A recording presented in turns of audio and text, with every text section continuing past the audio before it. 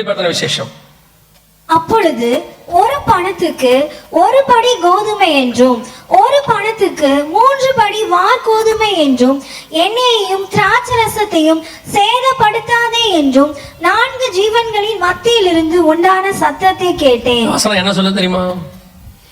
மிக அற்புதமான தீர்க்க தரிசனம். இங்க கோதுமை தட்டுப்பாடு வரும், உலகம் முழுக்க வரும், ஒரு பணத்துக்கு ஒரு படி கோதுமை விற்கும், எல்லாம் சொல்லிட்டு ஆண்டவர் சொல்றாரு 2 பொருள் மட்டும் என்னவாகாது, சேதமாகாது. எந்த 2 பொருள்? எண்ணெயும். இந்த கொரோனா பீரியட்ல இருந்து இன்னைக்கு வரைக்கும் உலகத்தின் பொருளாதாரத்தை காப்பாற்றக்கூடிய ஒரே பொருள் என்னன்னு கேட்டீங்கன்னா எண்ணெய் மட்டும். கச்சா எண்ணெய் நாம சொல்றோம்ல, எண்ணெய் மட்டும். இல்ல பெரிய ஆச்சரியம் தெரியுமா? ஒருவேளை இந்த எண்ணெய் நீ அதை தான் சொல்றாரா அப்படின்னு கேட்டீங்கன்னா, இன்னைக்கு உலகத்தின் பொருளாதாரம் சேதப்படாம இருக்கிறது ஒண்ணுதான். தங்கம் கூட விலை எங்க போயிருச்சு? 1 லட்சத்துக்கு மேல போயிருச்சு. 1,40,000 30,000 கிட்ட போயிருச்சு. ஆனா எண்ணெய் இன்னும் அதே விலையில் தான் விற்கிது. இன்னும் எண்ணெய் இருக்கு. நீங்க போய் பாத்தீங்கன்னு சொன்னா சவுதி அரேபியால இன்னும் இப்ப திருப்பி இன்னும் நிறைய இடத்துல எண்ணெய் கிடைக்க ஆரம்பிச்சிருச்சு. இஸ்ரேல்ல பல நாட்டுல எண்ணெய் கிடைக்குது, பேரல் அதே விலைக்கு தான் விற்கிது. இன்னும் என்ன இருக்கு? சவுதி அரேபியா சொல்லுது இன்னும் எத்தனையோ 100 ஆண்டுகளுக்கு எண்ணெய் அவங்க கிட்ட இருக்குதாமா பூமிக்கு அடியில.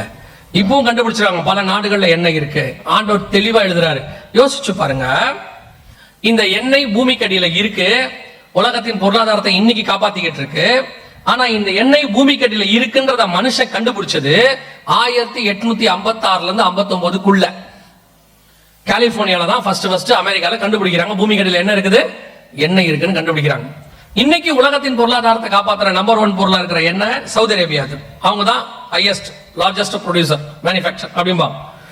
ஆனா அவங்க கிட்ட என்ன இருக்குன்றத அவங்க கண்டுபிடிச்சது, பூமிக்கு அடியில க்ரூட் ஆயில் இருக்குன்றத கண்டுபிடிச்சது 1936. ஆனா செகண்ட் வேர்ல்டு வார் வந்ததுனால அவங்க அதை டிக் பண்ணி எடுக்கல, தோண்டி எடுக்கல. அதனால என்ன பண்ணிட்டாங்க, 1943க்கு மேலதான் தோன்றாங்க, தோண்டி எண்ணெய் எடுக்கிறாங்க. ஆனா இன்னைக்கு அவங்க தான் உலகத்தில் நம்பர் 1 இருக்காங்க. கோதுமை தட்டுப்பாடு வந்தது 2022. உலகம் முழுக்க கோதுமை பஞ்சம், உணவு பஞ்சம் வருது. அந்த காலகட்டத்தில் பொருளாதாரத்தை காப்பாற்றுறது எண்ணெய் தான் பல நாடுகளுக்கு. அதனாலதான் பெட்ரோல் டீசல் இன்க்ரீஸ் பண்ணி அதை இதை சமாளிக்கிறதுக்காக. அப்படி பண்ணும்போது இந்த எண்ணெய் பூமிக்கடியில இருந்து கண்டுபிடிச்சதே 1900 தான், 19ஆம் நூற்றாண்டுல. ஆனா 1900 வருஷத்துக்கு முன்னாடி கர்த்தர் எழுதுறாரு, கோதுமை தட்டுப்பாடு வரும்போது எண்ணெய் தட்டுப்பாடு இருக்காது. எப்ப வரும்? சிவப்பு குதிரைக்கு அடுத்து வரும். எப்ப வரும்? கொள்ளை நோய்க்கு அப்புறம், கொரோனாவுக்கு அப்புறம் ஒரு கோதுமை தட்டுப்பாடு வரும். வட தேசத்துல இருந்து வரும், ரஷ்யா உக்ரைன்ல இருந்து வரும், வட தேசத்துல இருந்து வரும். ஆனா கோதுமை தட்டுப்பாடு வரும், எண்ணெயும் திராட்சை ரசமும், அதாவது க்ரூட் ஆயிலும் ஒயினும். இன்னைக்கு உலகத்தினுடைய எல்லா நாடுகளுடைய பொருளாதாரத்தையும் மிக முக்கியமாய் காப்பாத்துகிற மிக முக்கியமான விஷயம் எதுன்னு கேட்டீங்கன்னா இந்த ஒயினும் ஆயிலும் தான் நம்பர் 1 and 2 இருக்கு. இந்த கருப்பு குதிரையின் காலம் நம்முடைய காலம். இந்த சிவப்பு குதிரை கருப்பு குதிரை எல்லாமே 2018க்கு பிறகு உள்ளது. ஒவ்வொன்றும் அடுத்தடுத்து வரும்னு பைபிள் சொல்லுது. இப்ப நம்ம கண்ணுக்கு முன்னாடி போயிட்டே இருக்குது. நாம இன்னும் தாண்டி 3வது இந்த கருப்பு குதிரையை தாண்டி மங்கிர நிறமுக்குள்ள குதிரைக்குள்ள வந்துட்டோம். ஆனால் இன்னும் நாம் உணர்வில்லாமல் இருக்கும். அதான் முக்கியம். இன்னும் காலம் செல்லும், இன்னும் வாய்ப்பு இருக்குது, இன்னும் நடக்கும். ஆண்டவர் சொல்றாரு இல்ல நாம இன்னும் 4வது குதிரை கிட்ட வந்துட்டோம். நீங்க அந்த வசனத்தை வாசிங்களேன், 4வது குதிரையை பத்தி வாசிங்க. ஆனா இதோட மொத்த விளக்கத்தையும் கர்த்தருக்கு சித்தமானால் வருகை தாமதிக்குமானால் நாளைக்கு நம்ம பார்க்க போறோம் சாயங்காலத்துல. இதை மட்டும் இப்ப நீங்க வாசிங்க. 6ஆம் அதிகாரம் 8ஆம் வசனத்தை வாசிங்க. நான் பார்த்தபோது இதோ மங்கிர நிறமுள்ள ஒரு குதிரையை கண்டேன். அதின் மேல் ஏறி இருந்தவனுக்கு மரணம் என்று பெயர். பாதாளம் அவன் பின் சென்றது. பட்டயத்தினாலும் பஞ்சத்தினாலும் சாவினாலும் பூமியின் துஷ்ட மிருகங்களினாலும் பூமியின் கார் பங்கிலுள்ளவர்களை கொலை செய்யும்படியான அதிகாரம் அவைகளுக்கு கொடுக்கப்பட்டது. கவனிச்சுக்கோங்க. அடுத்து மங்கிர நிறமுள்ள குதிரை வரணும். எங்கெங்க இருக்குது? சகரியாவிலையும் ஒரு வசனம் இருக்கு, அதையும் வாசிருங்க. 1ஆம் அதிகாரம் சகரியாவின் புஸ்தகம் 8வது வசனம் வாசிங்க. இதோ இன்று ராத்திரி சிவப்பு குதிரையின் மேல் ஏறி இருந்த ஒரு புருஷனை கண்டேன். அவர் பள்ளத்தாக்கில் இருக்கிற மிருது செடிகளுக்குள்ளே நின்றார். அவருக்கு பின்னாலே சிவப்பும் மங்கிர நிறமும். சிவப்புக்கு பின்னாடி என்ன இருக்குது? மங்கிர நிறமும். அந்த மங்கின தான் இப்ப வாசிச்சீங்க நீங்க 6, 8. அதற்கு பெயர் மரணம் என்று பெயர். பாதாளம் அவன் பின் சென்றது. பாதாளம் சென்றதுன்னா என்ன அர்த்தம்? சில நேரங்கள் எல்லாம் பாத்தீங்கன்னு சொன்னா, இப்ப பேங்க்ல போய் நம்ம போய் பணம் போடுறோம்ல, நம்ம போய் பேங்க்ல என்ன செய்யறோம்? பணம் போடுவோம். அது இயல்பு. சில இடங்களுக்கு மட்டும் பேங்கே வந்து பணத்தை வாங்கிட்டு போகும். என்ன காரணம்னு கேட்டீங்கன்னா, நான் கேள்விப்பட்டது சில இடங்கள்ல ரொம்ப பணம் அதிகமா கலெக்ட் ஆகிற இடத்துல எடுத்துக்கிட்டு போறதோ வந்து அவங்களுக்கு என்ன கிடையாது, சேஃப் இருக்காது. அதனால என்ன பண்ணுவாங்கன்னா, பேங்கே வந்து என்ன பண்ணிடும், அவங்க கிட்ட வந்து பாதுகாப்பா அந்த பணத்தை அங்கேயே எண்ணி அவங்க கிட்ட கனெக்ட் பண்ணி அங்கேயே கொடுத்துட்டு பேங்க் எடுத்துட்டு போயிடும். அந்த ஊழியர்கள் வந்து பேங்க்ல இருந்து அவங்களே எடுத்துட்டு போயிடுவாங்க. அந்த மாதிரி மனுஷன் மறிச்சு பாதாளத்துக்கு போனோம், இதான் நியாயம். ஆனா வசனம் சொல்லுது பாதாளமே வந்து ஆட்களை கூட்டிட்டு போதும். அப்படின்னா எவ்வளவு மரணம் ஏற்பட போகுதுங்கிறத பாருங்க, எவ்வளவு அதிகமா இருக்க போகுதுன்னு பாருங்க. இதுதான் சிவப்பு குதிரைக்கு அடுத்து வரணும். அதற்கு அந்த குதிரைக்கு பேரு மரணம் என்று பெயர். சிவப்பு குதிரைனா கொள்ளை நோய், கருப்பு குதிரைனா பஞ்சம், மங்கின குதிரைனா எதை குடிக்குது, மரணம் என்று பெயர். இது அடுத்து 4 வகையான பேரழிவுகளை கொண்டு வரும். ஆண்டவர் சொன்ன அந்த 4 காரியங்கள் நம்ம கண்ணுக்கு முன்னாடி நடக்க ஆரம்பிச்சிருக்கு. இவைகளை குறித்து இதுக்கு அடுத்து என்ன நடக்குதுங்கிறத பத்தி கர்த்தருக்கு சித்தமானால் நாளைக்கு மாலை நாம் பார்க்க போறோம். ஆனால் இதெல்லாம் ஒரு விஷயத்தை மட்டும் தெளிவா சொல்லுது. இந்த காரியங்கள் எல்லாம் ஒன்று சொல்லுது, நாம் வருகைக்கு முன்பாக இருக்கிற இடத்துல நிக்கிறோம். இவைகள் எல்லாம் நடந்துகிட்டு இருக்கும் போது என்ன வரப்போகுது, வருகை வரும் என்று வேதம் சொல்லுது. இது அத்தனையுமே அந்த 7ஆம் அதிகாரத்துக்கு முன்னாடி நடக்கிற சம்பவம்.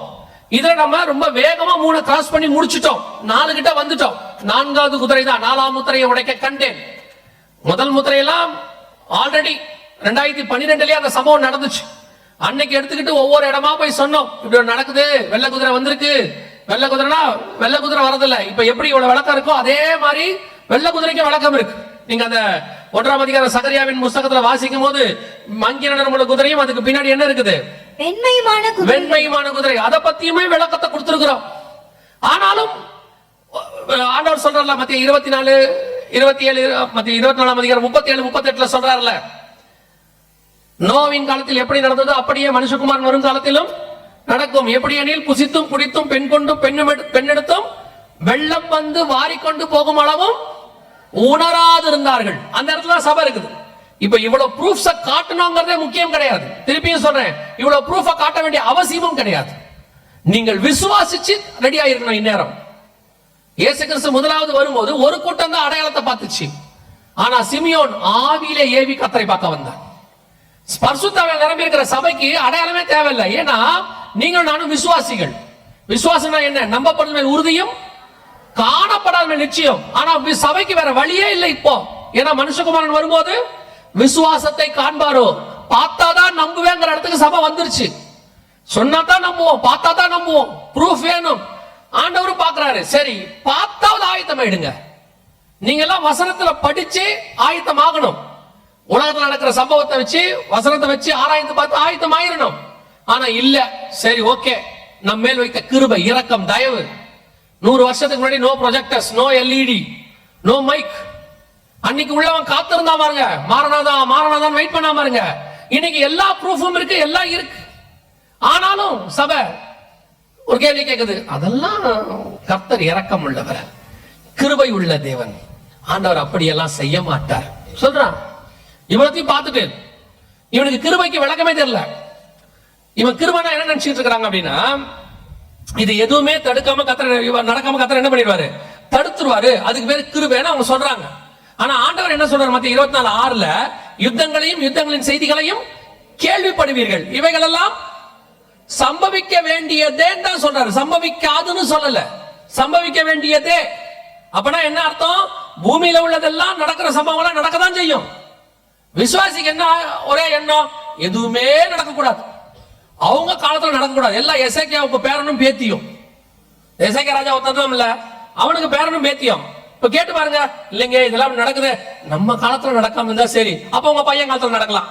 ஐயோ பையனா, கொஞ்சம் தள்ளி பேரங்காலத்துல நடக்கலாம், அப்ப பரவாயில்ல, அது ஒரு 20 வருஷம் ஆயிரும். எல்லாம் எசேக்கியாவுக்கு பேரன் தான். விசுவாசி என்ன, அவங்க காலத்துல நடக்கூடாது. சில விசுவாசி எல்லாம் சொல்லுது, தூக்கத்திலேயே உயிர் போயிருந்துமா, முடிச்சிருக்கும் போது கூட போகக்கூடாதான். கேட்டா அது நல்ல சாவாமா. இயேசுநாதர் சிலுவையில செத்தாரு, அது மோசமான சாவு. ஸ்டெயின்ஸ் ஜீப்ல போட்டு எரிச்சாங்க, அது மோசமான சாவு. ஸ்டேவான கல்லெறிஞ்சு கொண்டாங்க, அது மோசமான சாவு.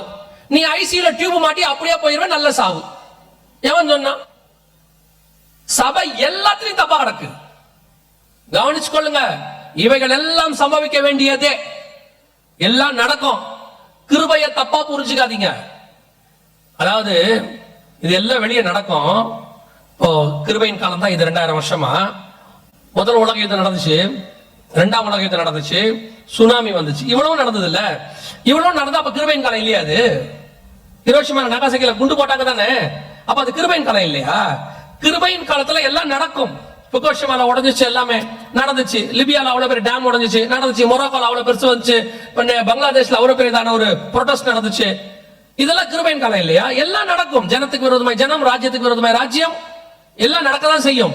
இவைகளுக்கு நடுவுல உங்களையும் என்னையும் அழியாதபடி பாதுகாக்கிறார்ல, அதற்கு பேர் தான் கிருபை. நீங்க கிருபையை தப்பா புரிஞ்சுக்கிட்டீங்க, நடக்கவே நடக்காதுங்கிறீங்க. கர்த்தர் கிருபை உள்ளவர், இதெல்லாம் அனுமதிக்க மாட்டார். இதெல்லாம் கர்த்தர் செஞ்சது இல்ல, மனுஷன் செஞ்சது. வெனின்சுலால போய் அவர் ட்ரம்ப் தூக்கிட்டு போறாரு, கர்த்தர் சொல்லி தூக்கிட்டு போறாரு. அவரு இப்ப ஈரான்ல நடக்குது, அதெல்லாம் கர்த்தர் அனுமதிச்சா? அது மனுஷர்கள் அவங்களுக்கு செஞ்சுக்கிறது. அதுக்கு நடுவுல உங்களையும் என்னையும் கர்த்தர் பாதுகாப்பார். அவர் நோக்கி பார்க்கிறவர்கள் வெட்கப்படாதபடிக்கு கர்த்தர் சட்டைகளின் மறைவில வைத்து பாதுகாத்துக் கொள்வேன் என்று கர்த்தர் சொல்லுகிறார். அப்படிதான் வேதம். அதுக்கு பேர் தான் கிருபை. ஆனா நாம என்ன நினைச்சுக்கிறோம்? இது எதுவுமே நடக்கக்கூடாது, நம்ம இருக்கிற வரைக்கும் நடக்கக்கூடாது, நமக்கு அப்புறம் என்ன நடந்தாலும் சோத்திரம் இல்லை. நீங்கள் இருக்கும் போதே நடக்கும். நீங்கள் இருக்கும் போது அந்தந்த காலத்துல நடக்கதான் செய்யும். இப்ப அப்போஸ்தலர் காலத்துல நடக்கதானே செஞ்சுச்சு, குருசேடர்ஸ் காலத்துல சிலுவை போர்கள் நடக்கதானே செஞ்சுச்சு. அவங்க காலத்துல ஒரு பிரச்சனை இருக்கும், நடக்கதான் செய்யும்.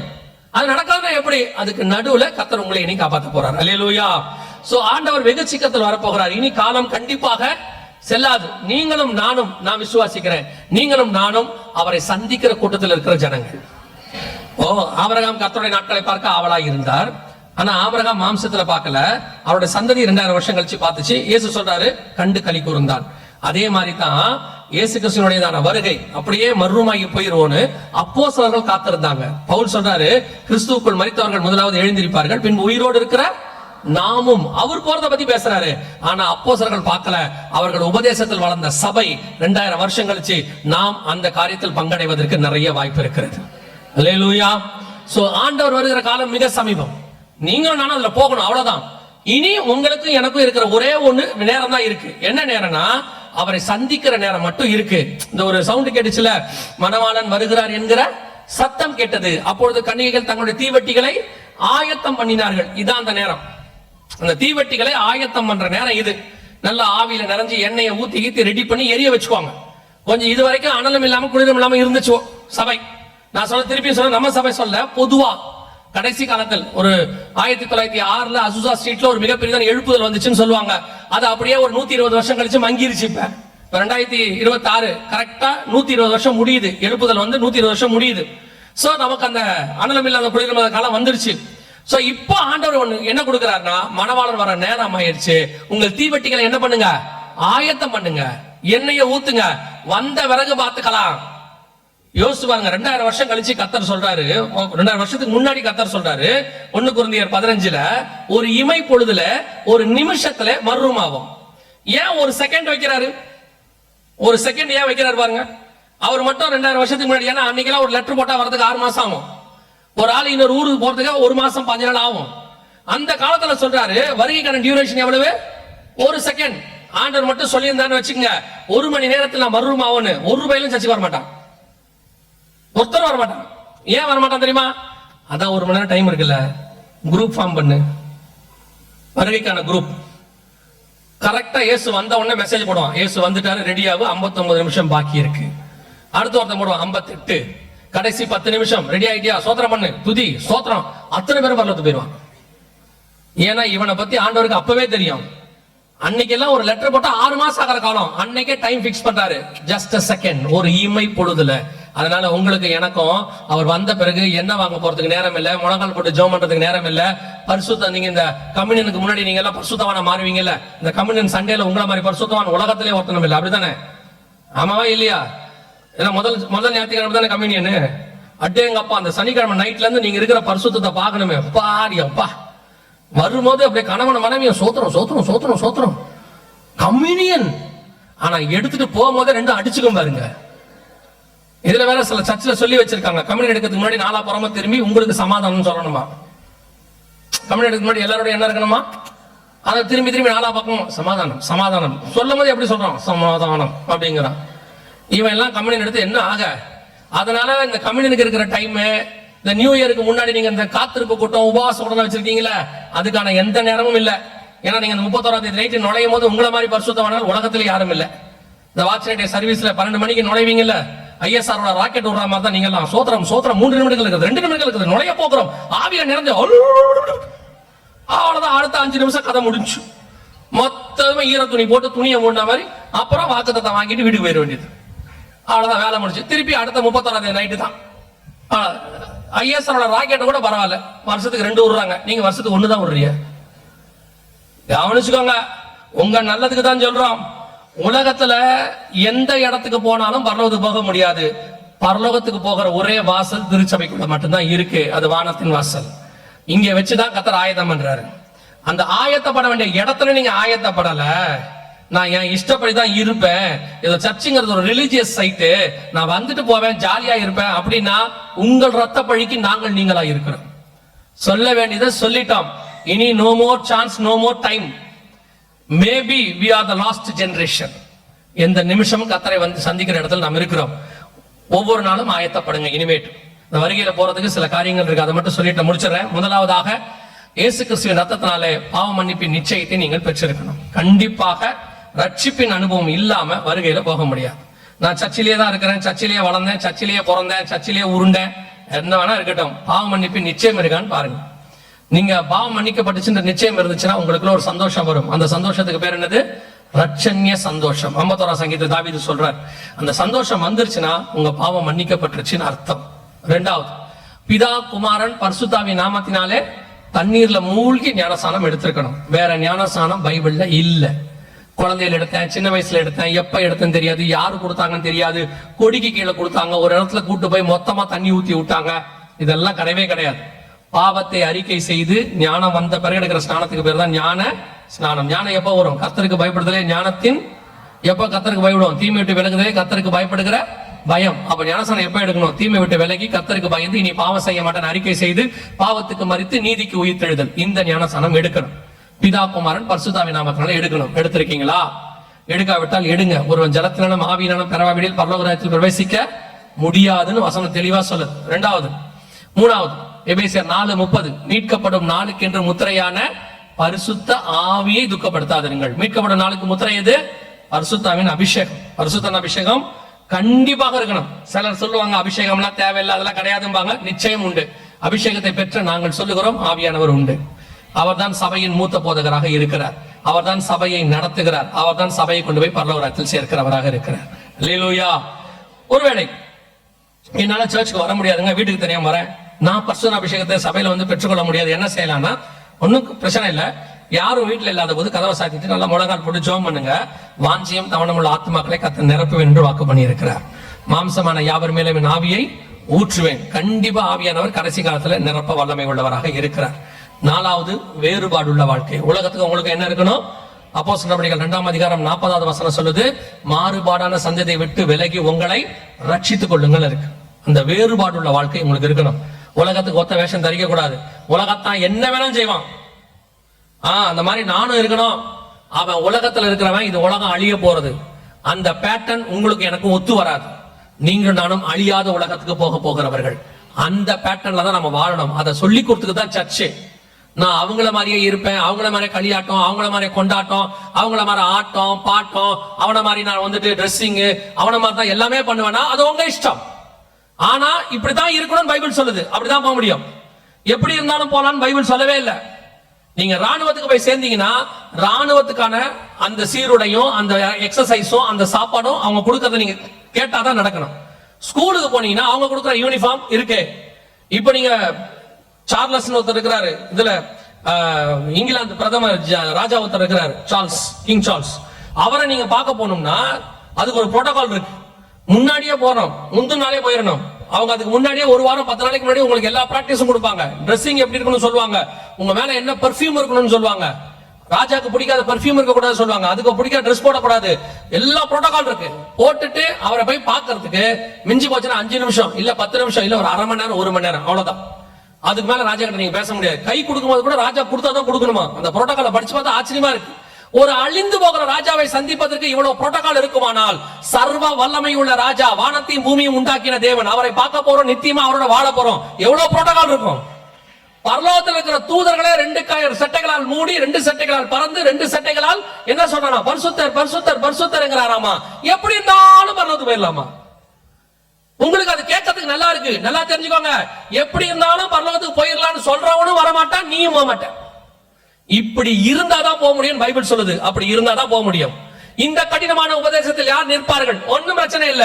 நித்திய ஜீவனை சுதந்திரிக்கிறவன் கண்டிப்பா இந்த உபதேசத்துல நிப்பான். நித்திய ஜீவனுக்கு இல்லாதவன் தான் நிக்க மாட்டான். சோ ஆண்டவருடைய வருகை மிக சமீபம். இந்த 4 காரியங்கள் அடிப்படை, பேசிக். ஆண்டவர் வெகு சீக்கிரத்தில் வரப்போகிறார். அல்லேலூயா.